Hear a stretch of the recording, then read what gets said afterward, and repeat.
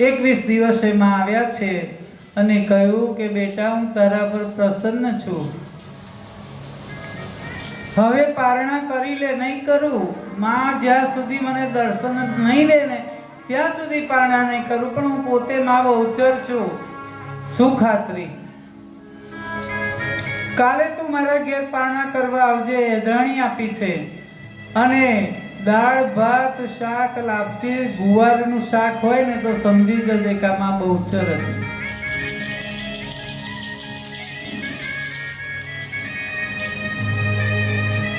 બીજે દિવસે વિલોચન જે માએ અદાણી આપી હતી ત્યાં ગયા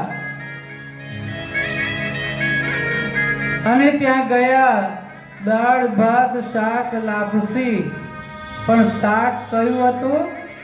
ગુવારનું. સમજી ગયો કે આજ મારી માં.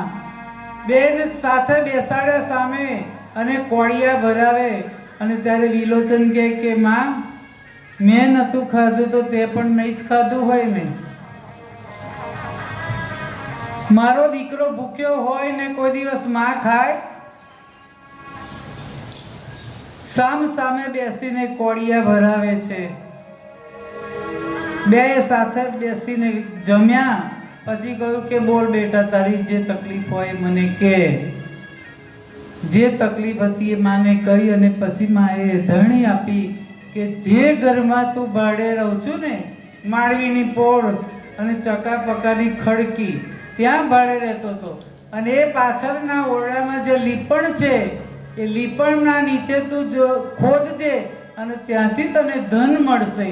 એ ધન તું તારે જોઈએ એટલું વાપરી અને બીજું ધન ધર્મના કાર્યમાં વાપરશે.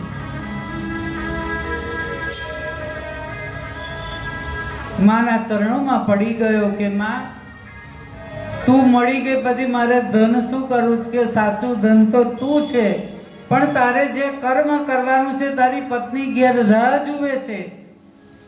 ઘેર પાછો જા. એક શરતે જવું કે ઓ મારા માડી, આ છેલ્લું ભજન. ઓ મારા